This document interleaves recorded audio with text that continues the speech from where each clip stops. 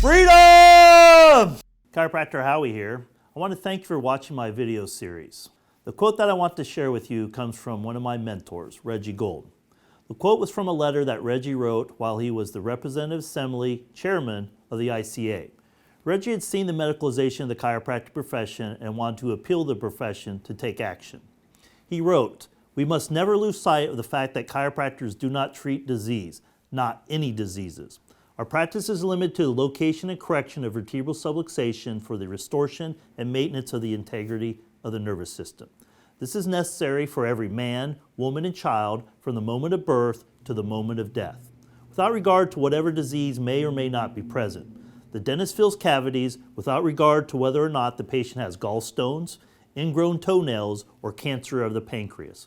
We must correct vertebral subluxation with the same impartiality and not get lured into the trap of treating diseases." When Reggie's plea was ignored, Reggie eventually left the ICA. I share in the disappointment that Reggie must have felt when the majority of the ICA wasn't moved to action by his words, because I feel that way many times when I speak to the chiropractic profession on this very issue. In this video, I'd like to share with you on how our profession has been lured into treating diseases and how that has hurt the profession and humanity overall. With this understanding, it will dramatically minimize you being trapped into treating diseases and will allow you to experience more freedom in practicing chiropractic. If you're like me, you have learned some amazing information but failed to implement it. I hope what you learned today will be different for you, your practice, and all of humanity. First, I wanted to share a little about myself, so you have an idea of why I'm so passionate about chiropractic and why I want to get this message out. I lived what seemed like the first 25 years of my life suffering from agonizing back pains. I recently had someone ask me when it started, and honestly, I couldn't ever remember a time that it didn't before chiropractic school. I used to sleep 3 to 4 hours a night, on my back like a vampire, because I was afraid that if I slept more than that, I may roll on my side and potentially suffer the entire next day. I also had to learn to take an hour to 2 hour nap in the afternoon, just to make it through the day, which earned me the nickname King of the Naps by an old roommate. I went to chiropractors, but only when I was really hurting. Maybe 2 to 3 times a year, just as a treatment, because every chiropractor I went to would ultimately say, "See you the next time you're hurting." So when I entered the halls of chiropractic school, I had an emotional conflict because my staff doctor suggested that I should be getting my spine checked once a week. I remember calling up my uncle, who was a chiropractor, and telling him what the staff doctor had said. Then I asked him if that was over-adjusting. I remember his reply clear as day. Over-adjusting? Over-adjusting, it's either there or it's not. Well, that just pretty much made sense. So I started getting my own spine checked weekly, and my body began to function better, and as a result, I started feeling better. Now, today I can just lay in the bed however I want without fear of throwing something out. So I've been getting my own spine checked at least twice a week for the last 20 years. Now, the reason I had the emotional conflict was because no one had ever shared the truth about chiropractic before entering chiropractic school. And I'd even been to countless chiropractors and even came from a large chiropractic family. So why hadn't anyone ever shared the truth with me? Well, in fact, I was downright pissed, especially when I learned that the vast majority of the profession wants to get checked and check their own family at least once a week. So why hadn't I, or even my family, been told this truth? Well, upon investigation, I learned that the reason that I'd never heard the truth was that the vast majority of the profession works for medical insurance. After that discovery, I strived to become a master at the philosophy, the science, the art, and the communication of chiropractic. And over the last 20 years, I've implemented this mastery into practice. And with this mastery, I've built a strong practice that actually grew during the last 2 years by a significant amount. With these discoveries, I decided to share what I have learned and created Freedom Chiropractic. My mission is to empower the chiropractic profession to bring chiropractic to humanity in its purity, just as we do for ourselves and our families, and that distinction is what separates chiropractors and sets chiropractic apart from all other professions. So how did we get lured into treating diseases? Well, believe it or not, it was while we were suing the AMA in the early 70s in what's referred to as the Wilk versus the AMA case. However, before I continue, I'd like to share a little history about the American Medical Association. It was founded in 1847 as a means to control medicine in this country. Now, I've even heard that one of its objectives was to eliminate the homeopathic profession. So how many homeopaths do we know today, right? Not many, right? Well, However, homeopaths were not the only ones that were on the list. As early as 1906, they were jailing chiropractors for practicing medicine without a license. But that's another topic for another future video. In 1966, they copyrighted the diagnosis codes for medical procedures. And with these codes, they generate over $70 million a year. And in 1963, they formed the Committee on Quackery. Its purpose was to disseminate health fraud to the public as quackery. This AMA committee adopted a plan that was devised for the containment of the chiropractic profession that would result in the decline of chiropractic, and action steps were outlined in this plan, including encouraging ethical complaints against doctors of chiropractic, encouraging chiropractic disunity, opposing chiropractic inroads in health insurance, opposing chiropractic inroads into hospitals. The massive scope and nature of this plan was exposed in hundreds of thousands of pages in AMA documents, which interestingly enough, the Committee on Quackery was disbanded shortly before the case started. The AMA even encouraged distribution of anti-chiropractic materials to high school guidance counselors, so they would dissuade interested students from pursuing careers in chiropractic. Now, during the 12-year court battle that ensued, the AMA settled 3 lawsuits by relaxing its position on the referral of patients to chiropractors by MDs, which allowed MDs to be able to choose the patients they served, which before this, it was unethical for them to accept patients that had been to a chiropractor. This also allowed MDs to associate with other types of practitioners, which before this change, it was unethical for an MD to refer to a chiropractor. In the end, the AMA and its co-defendants were found guilty of violating the Sherman Antitrust Act.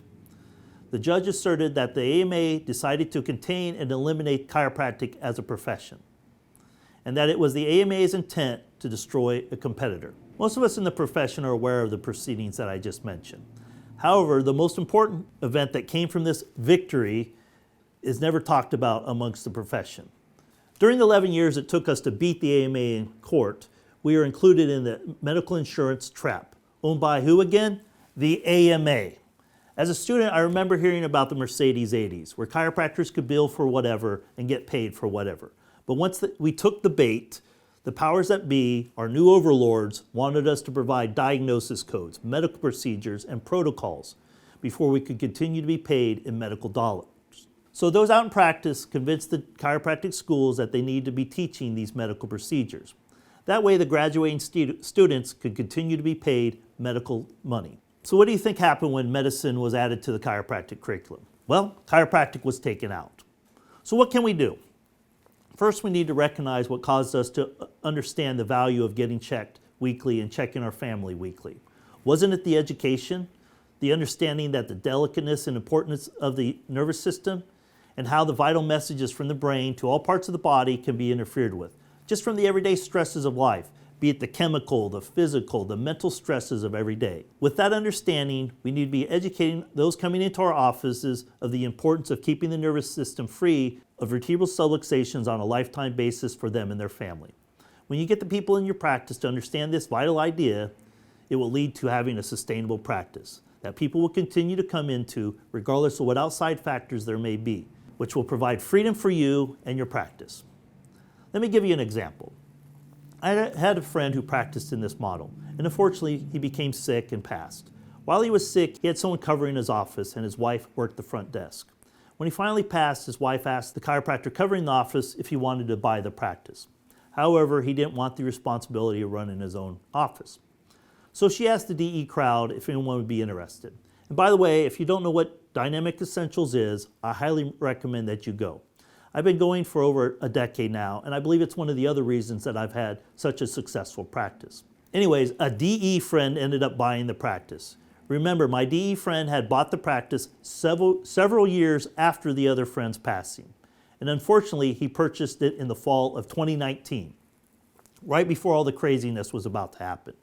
So as you can imagine, he didn't have many opportunities to promote his new practice. Yet the practice was still sustainable years later, due to the education that the previous owner had instilled in those coming into his practice. In fact, I talked to that DE friend the other day, and he told me that he sees a difference in those that he brought into the office compared to those that were already there. And now he realizes that he needs to develop an education program to keep his new clients coming into his practice for life. I know when it comes to practice, you ultimately have the choice to do whatever you want to do. I want you to consider that if you don't address this situation, wouldn't you regret treating aches and pains the rest of your life? Instead of educating people on the value and the importance of lifetime chiropractic care, imagine if you took the steps to build a sustainable practice. By educating people, would that make your practice life much more enjoyable? Well, that's why I created this video series, to give you the tools to build the practice of your dreams, because you'll be spending the majority of your life there. I'm curious, would practice life be better serving people and their families in the same capacity that you take care of yourself and your own family on a lifetime basis, or treating neck and back pain the rest of your life? The choice is yours. Are you going to take action today and make the change for yourself and your community, or continue to do what hasn't changed humanity in the last 126 years of treating aches and pains? Now, before I go, I want to share a story with you that hopefully puts what we're facing into better perspective. Once upon a time, the teacher of Moses called upon mankind with the warning. At a certain day, all the water would be in the world that had been hoarded would disappear and be renewed with water that would cause men to think differently. Only one man listened to his warning and collected water and stored it in a secure, out-of-the-way location. On the appointed date, the stream stopped running and the wells went dry. The man who had listened, upon seeing this happening, went to his retreat and drank from his preserved water. When he saw from his security the waterfalls beginning to flow again, he descended among the other sons of man. He found that they were thinking and talking in an entirely different way than before. Yet they had no memory of what had happened, nor of having ever been warned. When the man tried to talk to them, he realized that they had thought that he had gone mad, showing only hostility, not understanding. At first, the man drank none of the new water, but went back to his concealment to draw from his stored water every day. However, he made the decision to drink the new water because he could not bear the loneliness of living, behaving, and thinking in a different way from everyone else. When he finally drank the new water, he became like the rest of his fellow men. He even forgot about his specially stored water. His brethren began to look at him as a madman who had miraculously became restored to sanity. As a profession, I feel that we have moved away from our beginnings and have started to behave and think differently so we can fit in with the medical profession and be accepted. So what's wrong with being a madman? Be bold. Be a madman. Those who are crazy enough to think that they can change the world are the ones who usually do. I hope I've inspired you to take action that's needed and be part of the change that humanity desperately needs. And as always, practice chiropractic with freedom.